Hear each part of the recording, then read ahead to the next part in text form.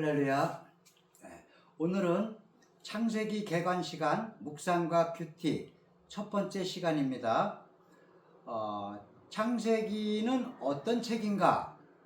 창세기 1장 1절에서 힌트를 얻으시면 됩니다. 한국말로 창세기는 기원의 책, 처음, 시작이다 라는 거죠. 영어로는 제네시스, 발생, 기원, 히브리어로는 베레시트, 태초에, 시초에, 시작, 처음의 의미가 강조된다는 점에서 신학적으로 널리 논의되고 토론도 많이 합니다. 창세기는 우주 만물에 일어나는, 인간에게 일어나는 하나님의 구원 역사 전체에 대한 출발입니다. 여기서 하나님의 구원 역사에 대한 스케치가 그려집니다. 다시 말해서 밑그림이 그려집니다.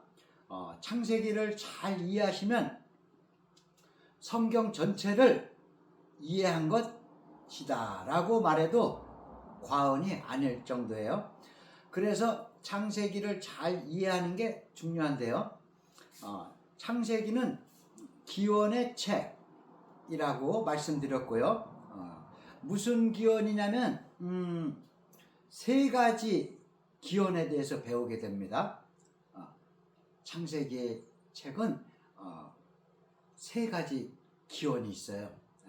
미리 말씀드리자면 첫째로 존재의 기원, 두 번째 타락의 기원, 세 번째 구속의 기원. 첫 번째 존재의 기원은 1장과 2장이 해당되는 거예요. 그리고 타락의 기원은 3장부터 타락하니까 3장부터 11장까지 가는 거예요. 그 다음에 구속의 기원은 잘 아실 거예요. 12장부터 50장까지. 세 번째 단락. 잘 기억하고 계세요? 자, 이어갑니다. 창세기 책 구조, 핵심 단어를 알게 되면 책 이해가 쉬우니까요. 무엇의 기원이냐면은 방금 말씀드린 대로 첫 번째 존재의 기원이에요. 존재의 기원. 존재 중에 제일 중요한 건 나죠. 나는 누구인가? 나는 어디서 왔으며 어떤 존재이며 나는 뭐가 문제인데 그걸 어떻게 해결해야 되는가? 성경책은 우리가 이 땅에 사는 동안 우리에게 다가오는 문제들에 대한 해답이라고 할 수 있어요. 볼 수 있어요. 우리 존재는 하나님이 주신 것이죠. 많은 것을 누리고 살아가면서도 많은 문제들이 있잖아요. 많은 문제 중에 살아가는데 가장 큰 문제는 죄이고 죄로 인해서 인간관계도 깨지고 건강도 잃고 환경과도 갈등 상황에 살아가게 되고 하는 모든 것이 우리 존재의 모습이죠. 모습인데 우리가 지금과 같은 상태에 있게 되기까지 그것은 어디서 왔는지 나를 비롯한 인간이란 존재는 어떻게 해서 왔고 어떤 상태에 있는지 하는 전반적인 것을 가르쳐 주는 것이 창세기라고 할 수 있습니다. 뿐만 아니라 인간, 자연, 우주, 역사 등 모든 것까지 어디서 왔는가 할 때에 독자적으로 존재하는 건가? 아니면 의존하는 건가? 내 맘대로, 독자적으로 내 맘대로 존재하는 건가? 의존하는 건가? 하나님을 의존하는 건가? 이러한 근원적인 문제에 대한 설명이 창세기에 나오는 거죠. 정리하면 창세기는 기원의 책인데요. 첫 번째 구조, 단락이 존재의 기원 말씀드렸고요. 창세기 1장, 2장에 해당되고요. 두 번째 구조, 단락. 이것은 어느 종교에도 볼 수 없고 어떤 문학 작품에도 볼 수 없는 심각한 문제인데 뭐 같아요? 타락이죠. 타락의 기원. 창세기 3장에서 11장까지 가요. 아담과 하와의 타락부터 인간의 고통과 슬픔과 죽음이 왔잖아요. 그래서 타락의 기원에 대해서 또한 근원적인 문제들을 다루고 있고, 창세기는 옛날에 아담 하와의 이야기일 뿐이다가 아니고 그때 일어난 일이지만 오늘날까지 우리에게 비춰주는 거울이고, 오늘 이 시간에도 우리에게 교훈을 주시는 하나님 말씀이고, 그래서 중요한 것입니다. 창세기 3장에서 11장까지라 그랬어요. 자, 창세기는 전체가 50장으로 되어 있죠. 반으로 나눠서 읽을 수 있는데요. 어디쯤 될 것 같아요? 당연히 11장이죠. 11장. 그러니까 1장부터 11장까지는 일반사, 세계사, 그리고 이제 50장부터, 죄송합니다. 12장부터 50장까지는 구속사, 족장사, 이렇게 익히 알고 계시죠? 자, 타락의 기원, 존재의 기원과 타락의 기원은 일반사, 그 다음에 구속의 기원은 족장사 혹은 구속사. 아브라함이 등장하죠. 아브라함, 이삭, 야곱, 요셉. 자, 이어갑니다. 창세기 12장부터 특별하게 초점이 한 사람에게 맞춰집니다. 아브라함이 등장하죠. 하나님께 부름을 받습니다. 창세기 12장에서 50장 족장사 말씀드렸고, 여기서부터 하나님이 원하시는 구속이 시작되죠. 그래서 구속사. 자, 그러면 창세기가 말하는 중요한 것은 우주 만물과 인간을 하나님께서 지으셨다는 거죠. 하나님은 창조주시고 우리는 피조물이고, 그러면 지으셨다는 것은 옛날에 지으셨구나 끝이 아니고, 하나님께서 지으셨기 때문에 우리 인간은 하나님께 의존하는 존재다라는 거예요. 포인트에 이게 우리 인간은 하나님께 의존하는 존재라는 거죠. 이게 중요한 거예요. 하나님이 나를 지으셨다라는 의미는 우리 인간은 하나님께 의존하는 존재임을 말씀하시는 겁니다. 우리는 의존적인 존재입니다. 그런데 내 마음대로 살고 내가 내 인생의 주인이고, 결국 내가 내 인생의 구원자고 주인이고, 이렇게 생각하는 그것이 가장 기본적인 죄입니다. 가장 기본적인 죄입니다. 그러니 우리는 죄 짓기가 쉽죠. 자, 다음. 자, 이어서 하나님 없이 독자적으로 무엇을 할 수 있는 그 의존성을 인정하지 않는 것이 교만이죠. 하나님에 대한 교만이 제일 큰 죄입니다. 하나님의 자리를 내가 차지하려는 것이니까요. 그래서 하나님께서 우주 만물을 지으시고 또 우리를 지으셨다는 것에서부터 모든 것은 하나님께 의존한다. 하나님은 창조주시고 우리는 피조물이고, 모든 것을 하나님께 의존하고 구해서 받는다는 이것이 가장 기본적인 하나님과 우리 사이에 정해진 질서인 것입니다. 그 질서를 깨고 독립적으로 하려니까 그것이 죄가 되고 타락이 되고, 거기에 문제가 생겨서 구원의 필요성이 생겼던 겁니다. 그러니까요, 하나님께서 우리를 창조하셨다는 것은 창세기 1장 1절에 꼭 하늘과 땅만 만들었다가 아니고 그 중간 있는 모든 걸 만들었다는 뜻이죠. 히브리어 법상 모든 걸 만드시고 인간을 지으셨기 때문에 우리는 기본적으로 하나님께 의존하는 존재이다. 존재의 기원에서 첫째로 작은 꼬마예요. 존재의 기원에서 첫째가 작은 꼬마, 첫째가 의존이에요. 의존 꼭 기억하셔야 돼요. 미리 말씀드리면 의존 의존과 섭리, 그게 1번이에요. 의존과 섭리. 2번은 고기. 우리는 고귀하다 이거야. 고기. 그 다음에 세 번째는 책임. 미리 말씀드렸어요. 지금 이제 공부할 건데. 존재의 기원에서 첫째로 의존한다는 게 중요하고요. 하나님이 창조를 하셨는데요. 지금부터 오래전에 엄밀한 의미에서 창조하신 일이 오늘까지 계속 진행되고 있죠. 즉 무슨 말씀이냐면은 그 오래전에 창조하시고 지금 하나님이 손을 떼고 어디 휴가 가신 게 아니라고요.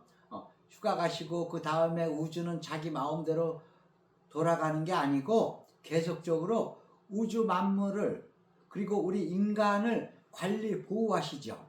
그것을 하나님의 섭리라고 한다. 하나님의 섭리라고 부르죠. 우리는 하나님께 의존되어 있고 하나님은 우리를 포함한 우주를 운영해 가고 계신다는 이 믿음을 갖는 것이 창세기가 가르쳐주는 창조의 의미예요. 자, 첫 번째 존재의 기원. 존재의 기원에서 작은 꼬마 1번이 의존과 섭리 1번. 자, 두 번째 갑니다.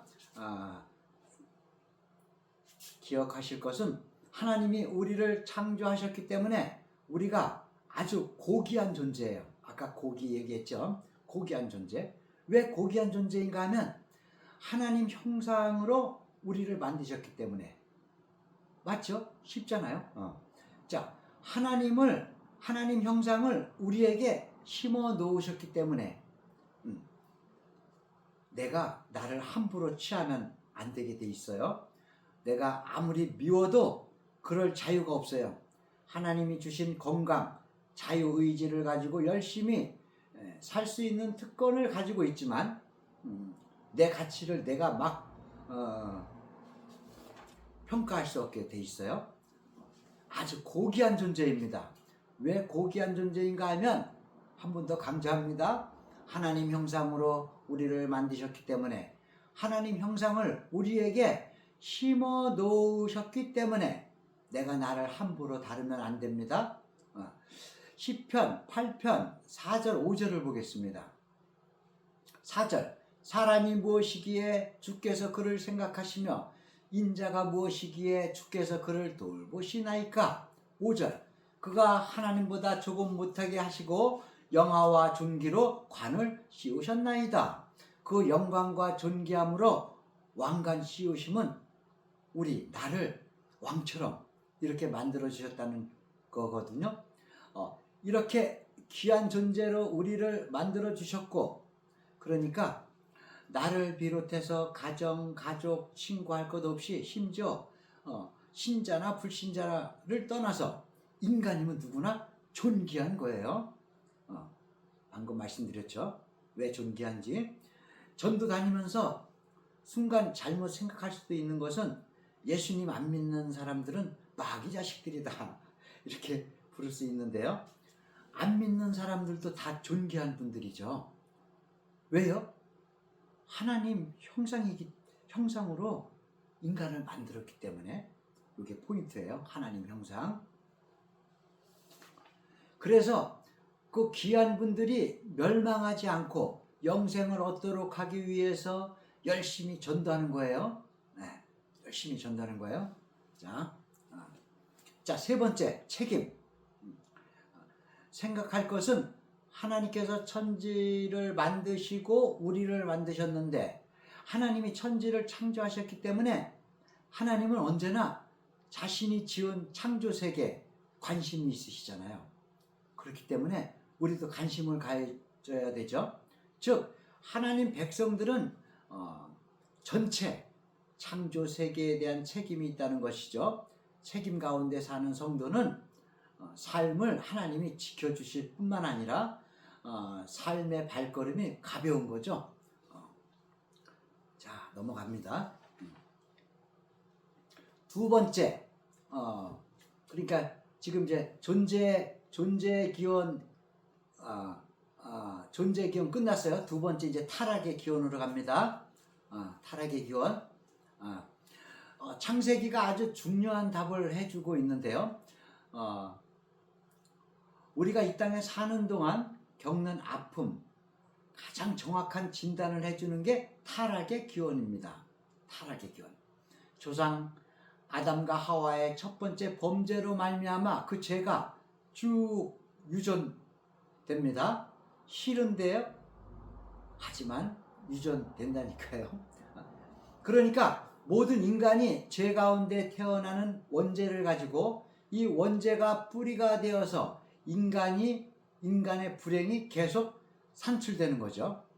그래서 창세기는 우리 인간의 실존에 대한 근원적인 설명을 해준다.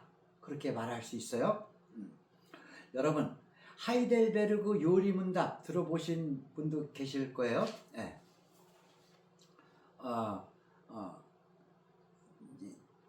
종교개혁 초기에 성경의 교리를 가르치기 위해 문답식으로 작성한 신앙 고백서인데요. 장로교회에서 소중한 그 신앙 고백으로 이렇게 받아들이고 있는 것인데요. 하이델베르그 요리문답이나 또 웨스트민스터 신앙 고백 같은 것은 성경을 잘 풀어서 우리가 현 시대에 어떻게 적용하며 살아갈까 하는 골자를 설명해 놓은 거니까 잘 공부할 필요가 있어요. 여기 이문에 보면 인간이 이 땅에 살아가는 그 실존을 두 단어로 표현하고 있는데요. 하나가 죄예요. 죄 가운데 있는 존재다. 우리 인간은. 또 하나는 비참. 말도 참 비참하게 들리네요. 죄로 말미암은 인간의 불행한 상태를 말해요. 비참한 것이. 우리가 이런 어려움을 겪는 근본에는 원죄가 있고 그것 때문에 인간은 고통에 빠지게 되고 서로 갈등하고 미워하고 결국 보편적인 심판을 받을 수밖에 없을 정도로 창세기 6장 이후에 보면 사람을 지면에서 쓸어버릴 것을 하나님이 결심하세요. 그러니까 그것이 인간의 모습인 거예요. 그러니까 인간은 스스로 자기를 구원할 수 있는 자원이 없는 거예요. 자기가 구원을 받으려면 하나님께서 밖에서 만들어 놓은 자원을 힘입어야 돼요.